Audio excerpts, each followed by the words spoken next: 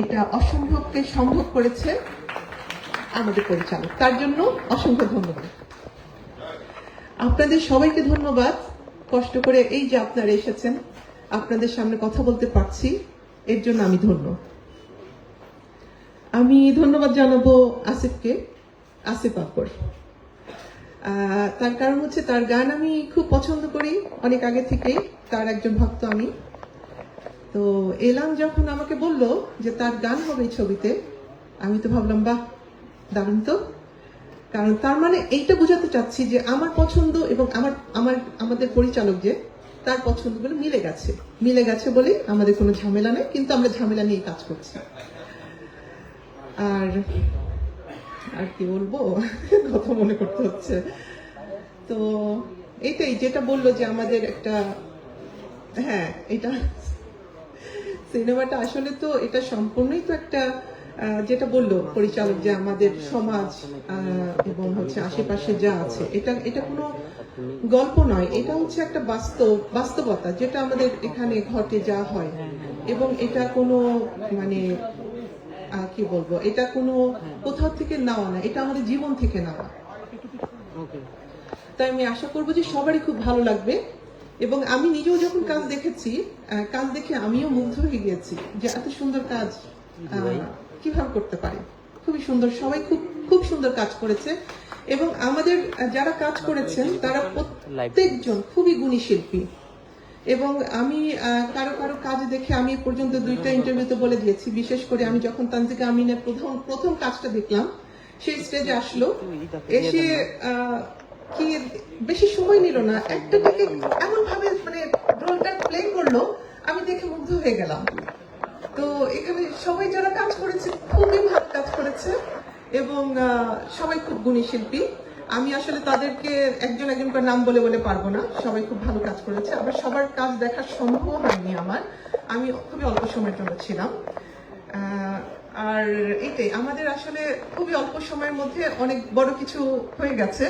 যদিও পারতাম আমরা এই বছর রোজাতে দিতে, কারণ এলাম তো বললাম না, আসার আগে সে একটা পুরো ছক করে ফেলেছে আমরা কিভাবে কাজ করব, কতদিন করব। আমরা তো ভেবেছিলাম 1 মাসেই সব শেষ হয়েও গিয়েছিল, কিন্তু যুদ্ধের জন্য একটু পিছিয়ে গেলাম, যার কারণে সেটা হলো না। আমি যে আবার চলে গেলাম, আসতে পারলাম না, তো এর জন্য ভাবলাম যে থাক, এইটা মিস গেল, আগামী ঈদে ধরি। সবাইকে ধন্যবাদ, অন্য কাউকে সময় দিই, তারা কথা বলুক। ধন্যবাদ।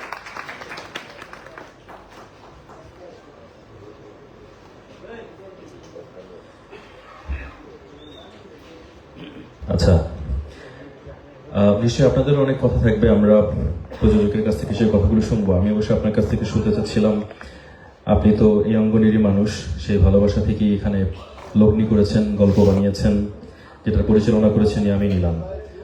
আমার কথা নিশ্চয়ই শুনতে বেশি ভালো লাগবে না, কথা বেশি নাইও। আমি শুধু এখন ডেকে নিব একটু আগে যার কথা শুনছিলাম, আমাদের ভীষণ পছন্দের মানুষ, মুখ এবং শিল্পী তানজিকা আমিন। আমাকে পরিচালক বলেছেন আপনার কথা শুনবো, এবং আপনি একটু কষ্ট করে আসেন। এই সিনেমাতে আপনি আপনার কথা তো বলবেন, পাশাপাশি এই সিনেমাতে আপনার যে অভিনয়ের চরিত্র, সেটা নিয়েও একটুখানি ধারণা দেওয়ার কথা পরিচালকের মতে আপনি একটু শেয়ার করবেন। আমি এখনো ফাঁসাই নাই, পুরো উপস্থাপক রোলে আসলে ফাঁসাই দিতাম আর কি।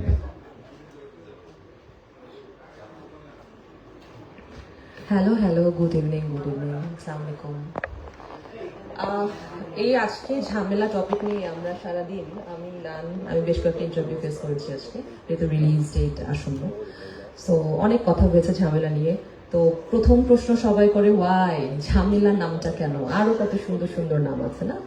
তো সেখান থেকে ঝামেলা, আসলে লাইফটাই অনেকখানি ঝামেলার। তো ঝামেলা করতে করতে ঝামেলাটা আমরা চুজ করেছি এবং সিনেমার নাম ঝামেলা।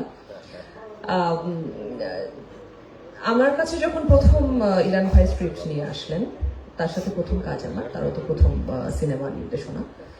তো কিছু পয়েন্ট দেখেছি। গল্পটা এতটা বেশি নারী কেন্দ্রিক, আর আমরা তো আসলে যতই যাই বলি না কেন, আমাদের দেশের নারীদেরকে একটু কম বোঝা হয়, কম বুঝতে পারার বিষয়টা এরকম, বুঝতে চাওয়া হয় না, এইটা অনেক বেশি। তো এই গল্পের ভেতরে কেন যেন মনে হলো, দিন শেষে আমরা যে কাজ করি না কেন, সেই কাজের একটা মেসেজ দিতে চাই সমাজকে যেটা তারা তাদের কাজে লাগাতে পারে, মেয়েদেরকে অন্য দৃষ্টিতে দেখতে পারে। তো আমার চরিত্রটা এতটা মানে আমার কাছে মনে হচ্ছে মানুষের দেয়ার ছিল, সো তাই এই কাজটা করেছি। কেমন হয়েছে আপনারা দেখবেন, বলবেন। যারা কো আর্টিস্ট ছিলেন আমার সাথে, তো প্রত্যেকের সাথে এর আগেও আমি অনেক কাজ করেছি এবং প্রত্যেকে ভীষণ গুণী শিল্পী, স্পেশালি কাউকে নিয়ে আলাদা করে বলার কিছু নেই। আসিফ আকবরকে নিয়ে বলার আছে এবং এটা সবাই বলবেন। আসিফ ভাইয়ের সাথে এর আগে আমি একটা কাজ করেছি 2019-এ, নাম ছিল